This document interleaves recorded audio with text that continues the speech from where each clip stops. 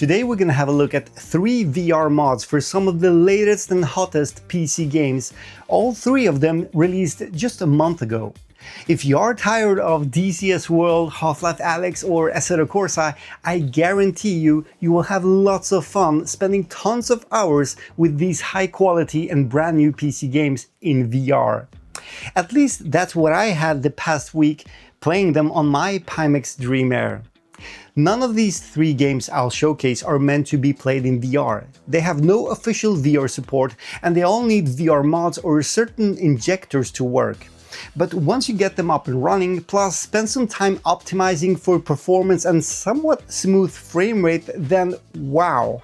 I was really impressed by all 3 of them, and playing these in VR with a Pimax Dream Air is probably the best way to go. Wow. Holy crap, this is so good looking.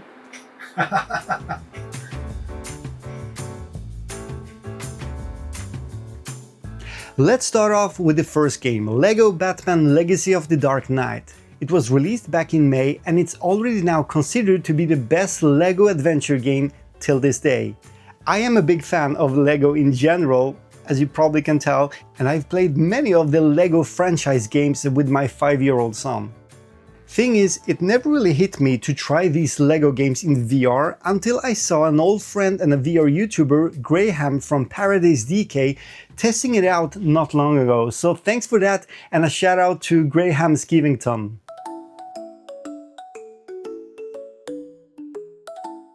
LEGO Batman is an Unreal Engine 5 game made to be played on a monitor or a TV, but as you probably know, you can play most Unreal Engine games in VR today thanks to UEVR, or Universal Unreal Engine VR Mod, formerly created by the well-known community modder called Praydog, and today maintained by a huge Flat2 VR community.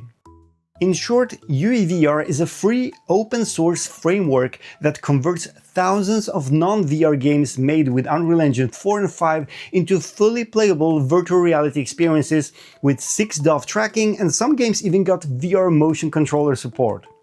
I bet you're probably familiar with UEVR by now, so it needs no further introduction.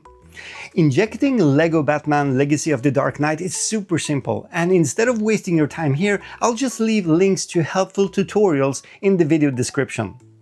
Running medium to high in-game settings, coupled with NVIDIA DLSS 4.5 upscaling set to quality preset, I had no issues at all playing this game on my RTX 4090 and a Pimax Dream Air in a mostly locked 72 frames per second at 72Hz mode. To achieve this though, the SteamVR resolution was set to between 60% and 70%, which maybe isn't as sharp as native resolution at 100, but I can tell you that the DLSS at quality coupled with the sharpening option in Pimax Play Evo makes the game look beautiful anyway. It's definitely sharp enough and without noticeable jagged edges. In case you wonder, I did use SteamVR and the SPOICE 3 native SteamVR driver for this instead of running pure OpenXR runtime such as Pimax OpenXR or the Pimax XR, which are both supported with UEVR. I simply wanted to show you the frame rate and the frame times with FPS VR, and also I wanted to try playing it at full SteamVR resolution with SteamVR motion smoothing. And yes, I can confirm that it plays perfectly and completely smooth in both cases on my RTX 4090 GPU. This game is amazingly sharp at 100% resolution, and the motion smoothing does an excellent job with just some occasional artifacts in fast motion, but still totally acceptable even for a picky guy like me. There are a few tweaks you can do within the game and the UEVR to make the camera view easier on your eyes and your stomach, potentially avoiding motion sickness, such as disabling in-game camera wobble and the camera shake, and especially enabling an option called a decoupled pitch, which is within the UEVR before injecting the game. This option locks the horizon level and removes unwanted camera roll and uncomfortable angles or moves during animated cutscenes. Anyway, let me tell you, this game looks amazing in VR on the Dream Air. It's smooth, it's sharp, and it's just so alive. The colors are popping like crazy and the various atmospheres are just impressive, especially further on into the game when you enter Gotham City. This is just an amazing VR experience and at least 10 to 15 hours of fun gameplay. For some people, Lego Batman can feel like a ridiculous choice for VR, but believe me, you are wrong. I can truly recommend you to try it out, and although it is a fun game to play on your living room TV, but in high-end VR, such as with the Pimax Dream Air, it's just mind-blowing.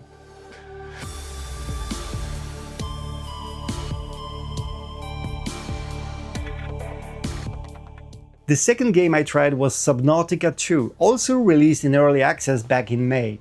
Just like Lego Batman, it's an Unreal Engine game and we used the latest nightly build of the UEVR injector to get it running in VR.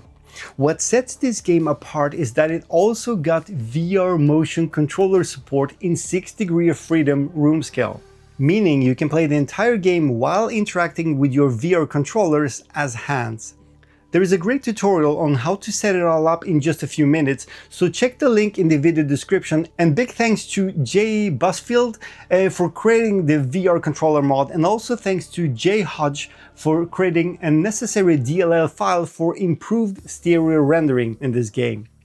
Performance-wise, the game requires quite a lot from your PC, both in terms of GPU and CPU.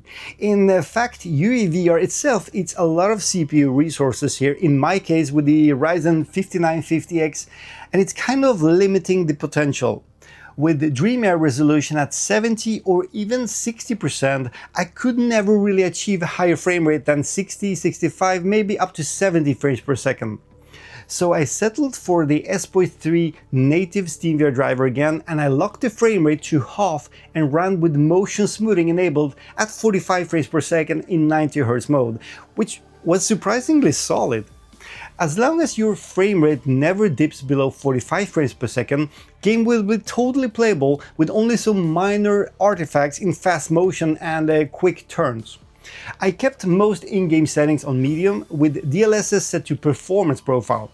You also need to turn off motion blur and water blur to prevent visual glitches and potential motion sickness. Make sure to check out the tutorial video by LunchAndVR, as there are many other tweaks you can do to improve your experience. Either way, wow, this is a great looking game in VR. The vivid color palette, the 3D depth and the huge scale of the ocean. It's simply amazing, and it definitely looks better than the original Subnautica game that has native VR support. With resolution at 70%, it's still very sharp on the Dream Air, and DLSS smoothens out all the jagged edges. Almost all of them at least. The dark environments are simply tailored for the Dream Air and its micro LED panels, of course. Blacks are pure black, colors are popping, and the underwater atmosphere is just so satisfying. With Subnautica 2, you get at least 15 to let's say 20 hours of fun in VR playing through the main story, but you can probably spend hundreds of hours just exploring the beautiful underwater world.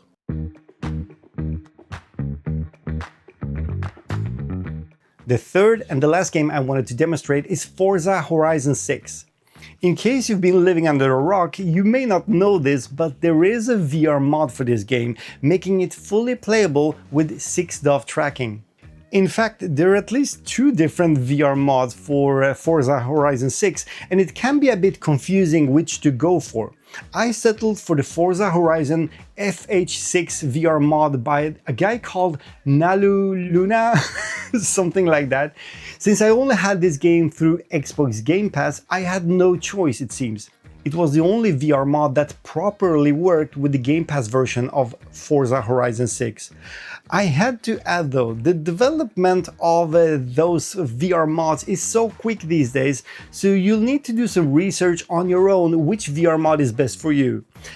Actually, already now, while still working on this video, after recording these clips you're looking at, there is an updated version 0.7 available already. By the time this video goes public, or let's say maybe a month from now, there are probably plenty of updated versions and even new VR mods may be available at this point. So please keep yourself updated every day, because it's only going to get better from here. Installing and running the game with this VR mod is super simple, even easier than UEVR, I would say, and there are many tutorials available on how to get started. I will add at least one video in the description down here below. With this mod by Nalu Luna, the true stereo mode or AFR rendering mode runs great and offers true 6-DoF tracking. Please have in mind that only the cockpit view enables the true VR mode. All the other camera views plus menus and cutscenes are rendered flat on kind of a cinema screen in front of you. Then when you jump into the car in cockpit view, that's when VR mode and 6-degree freedom tracking kicks in. It's also important to understand that this AFR rendering mode I used renders half of the game's frame rate per eye. This means even if the game runs at stable 72 frames per second, as you can see here, the real frame rate is half of that. And no matter how much I tried over a full day or two just configuring this game and the mod, I couldn't get SteamVR motion smoothing nor smart smoothing with OpenXR runtimes to work properly with this mod. The available AFR mode with interpolation works totally smooth only if I lower the render resolution a lot, which I didn't want to do really. But don't let this scare you away, okay? It might sound strange, but the game feels very smooth running the non-interpolated AFR mode, at least after optimizing and adjusting settings so that it never drops below 72 frames per second. This is mainly due to the perfect frame pacing at 36 frames per second per eye. It never feels juddery or stuttery.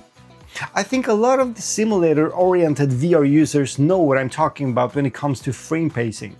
Also, I went for 72Hz mode because reaching a stable 90 frames per second at 90Hz required me to run at a lower render resolution, making the game look too blurry in my opinion.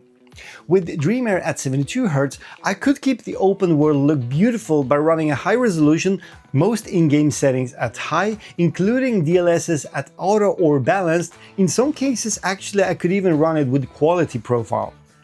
You can freely set the rendered per eye resolution in this VR mod before launching the game, and when running at 4000 by 4000 pixels or anything above, the game looks almost natively sharp and crisp with very little aliasing thanks to the latest DLSS 4.5. Best performance was achieved when using Pimax XR as OpenXR rendered. Oh, and there seems to be a bug with Pimax XR runtime and this VR mod, at least it was the case for me.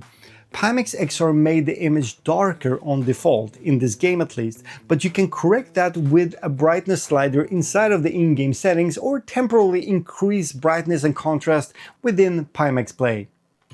Either way, Forza Horizon 6 in VR is an extremely immersive experience overall. The cars, the city, all the different environments just feel realistic. They're beautifully designed and very sharp with the resolution and the settings I settled for. You can play it with the steering wheel or just with a gamepad, whichever feels better for you. Races are exciting and will give you many hours of fun in VR.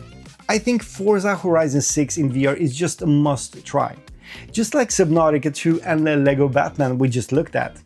And these are 3 out of hundreds, if not thousands of amazing flat-screen PC games, some of them real AAA games that you can play in VR on your Pimax Dream Air thanks to UEVR and other individual VR mods.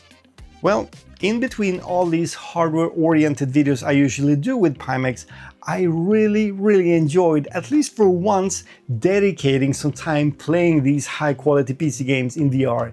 Something that I can highly recommend you to do as well. There's a whole new VR world to explore with UEVR, and both the Dream Air and the Dream Air SC are literally made for this purpose.